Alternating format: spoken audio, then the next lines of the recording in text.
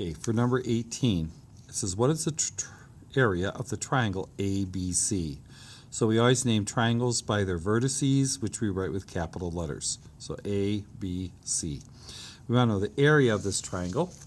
Now, to find the area of any triangle, we are going to use the following formula. Area equals 1/2 base times height. So once again, a triangle is always going to be part of a rectangle, parallelogram, or square, and it's actually going to be half of it.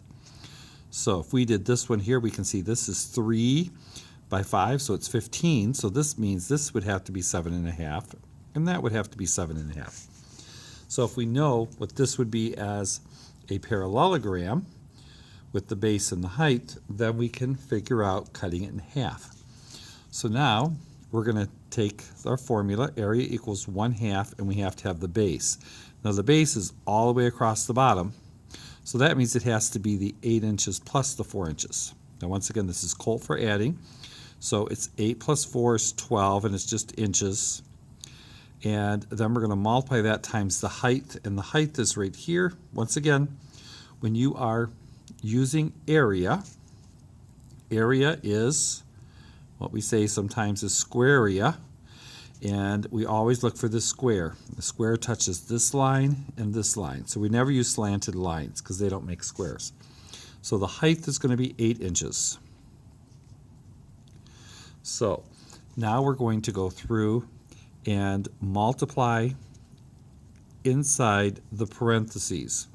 And once again, when we're multiplying, if you don't know your multiplication tables, you can always use the distributive property. 8 times 10, that's a 1, but it actually means in the tens place, is 80. 8 times 2 is 16, so 80/16 equals 96. So we have 96 right there, and now we have to find half of 96. So over here we can do 1/2 of 96, so that could be 96 over 1.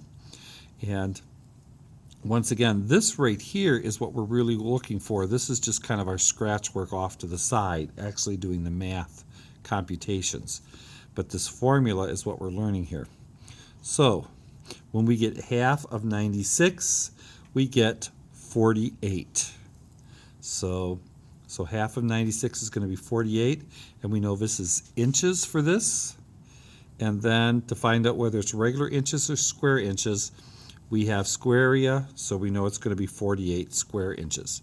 Remember, you have area is square area, and perimeter is a rim going around the outside. It's not square, so therefore, if you're doing perimeter, don't use the square, but if we're doing area, we do a square unit.